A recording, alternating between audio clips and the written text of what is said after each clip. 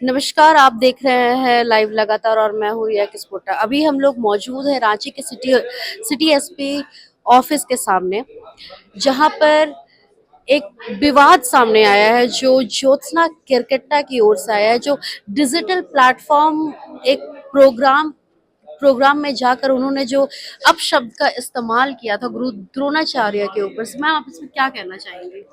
हमारी प्रशासन से मांग है, केस भी किया है हम लोगों ने, और मांग यह है कि इस पर न्यायोचित कार्रवाई हो, क्योंकि गाली शब्द किसी के लिए भी बर्दाश्त करने के लिए नहीं है। ये कोई एक धर्म, समुदाय या पंथ की बात नहीं है। एक तो हमारे गुरु शिष्य परंपरा के जो आदि गुरु, जिनके हम विश्व गुरु कहलाते हैं, और हम अपने ही घर में इस गुरु शिष्य परंपरा को गाली दे रहे हैं। उस गुरु द्रोणाचार्य को भी गाली हुआ, और उनके साथ साथ क्लब जो जिनका समर्पण उनके प्रति था उसका भी गाली हुआ, और सारे उस गुरुओं के लिए गाली हुआ जो किसी न किसी रूप में किसी भी प्रोफेशन में है और सिखाने पढ़ाने का काम करते हैं। साथ ही वो गुरु द्रोणाचार्य के जो राष्ट्रीय अवार्ड उनके नाम से होता है, तो ये कहीं ना कहीं देश की अवमानना की भी बात हुई। तो और हमारी सभ्यता संस्कृति का हनन हुआ। हमारी सभ्यता में हमें किसी को गाली देने का, किसी के लिए अपशब्द इस्तेमाल करने का अधिकार नहीं है। हमारे सभ्यता में, वो संस्कृति में है ही नहीं। तो इतनी, और वो भी सार्वजनिक मंच से बैठ करके आप गाली दे रहे हैं। जिस शब्द का उन्होंने इस्तेमाल कर लिया, क्या मैं आप ही को पूछती हूँ, आप उस शब्द का इस्तेमाल करेंगी कहीं किसी के लिए? नहीं कर सकती हैं। तो ये मान्य नहीं है, किसी भी समुदाय के द्वारा इस चीज के लिए मान्य नहीं है। तो हमें उस तरह से कुंठित और नीच शब्द इस्तेमाल जो भी करने वाले लोग हैं उसको सबक देना है।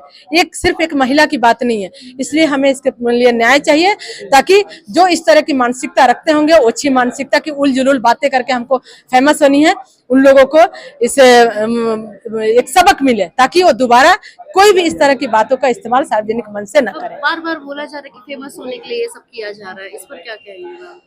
अब फेमस होने के लिए उन्होंने किया कि हमने किया? आपने जब कॉन्क्लेव भी देखा होगा तो उसमें जरूर आपने देखा कि जबरदस्ती उन्होंने अलग से समय मांगा।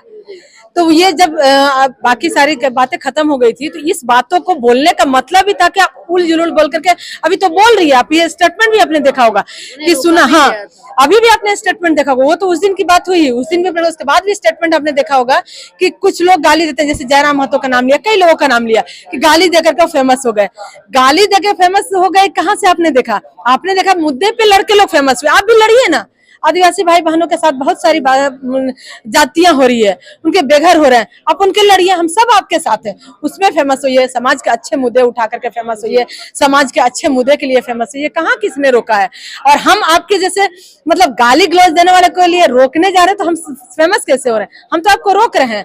और समाज के फेमस होने की बात होगी तो बहुत सारे मुद्दे हैं, और आए दिन आप देखती हैं, अगर आप कुमुद झा को जानती होंगी तो आप जरूर जानती है कि आए दिन हम देश समाज के मुद्दे पे लड़ते हैं। अभी 2 दिन पहले भी आपने देखा होगा, एक फ्रॉड महिला को थाना के साथ मिलकर के मैंने पकड़ा है, जिसके मैं चोटिल भी हुई है, आपने मेरे फेस पे भी देख रहा।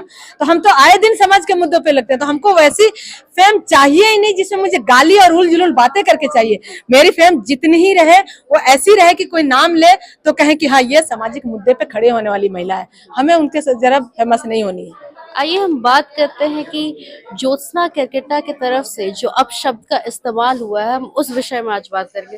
मैम, आप बताइएगा। मेरा नाम ज्योति आनंद हुआ, मैं एडवोकेट हूँ, रांची सिविल कोर्ट में मैं प्रैक्टिस करती हूँ। बीते दिनों आपने भी देखा होगा मामला कि फॉलो अप न्यूज चैनल के कॉन्क्लेव में ज्योत्सना केरकेट्टा द्वारा गुरु द्रोणाचार्य को अपशब्द बोलना तो खैर ठीक है, पर उन्होंने उनको गाली दी। तो उसी के खिलाफ में हमने एफआईआर दर्ज किया है, मामला दर्ज करवाया है।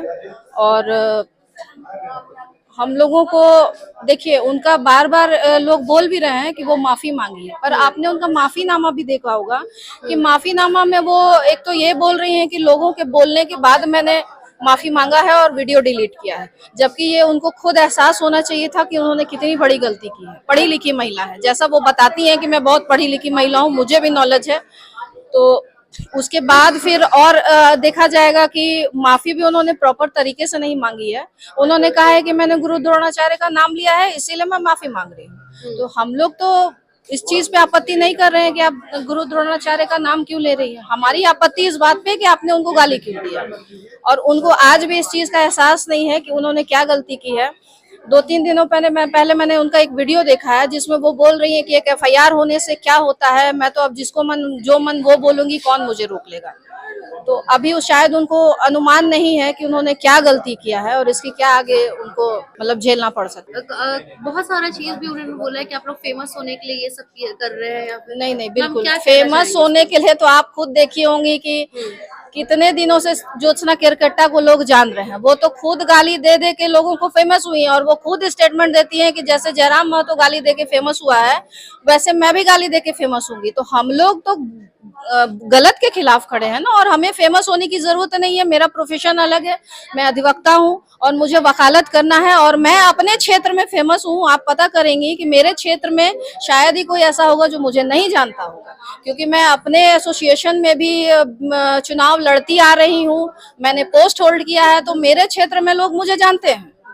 मुझे बाकी जगहों पे फेमस होने की आवश्यकता नहीं है, क्योंकि मुझे नेतागिरी नहीं करना है। लोकतांत्रिक समाज में किसी भी धर्म, समुदाय, इतिहास, व्यक्तित्व के लिए अपमानजनक शब्द अस्वीकार है।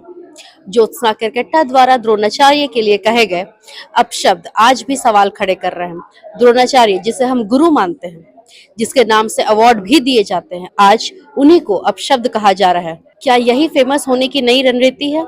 आप देख रहे हैं लाइव लगातार। कैमरा पर्सन काजल चौधरी के साथ मैं रिया किस्पोट्टा। धन्यवाद। लाइव लगातार के वीडियो को लाइक करें, सब्सक्राइब करें और बेल आइकन को दबाना न भूलें।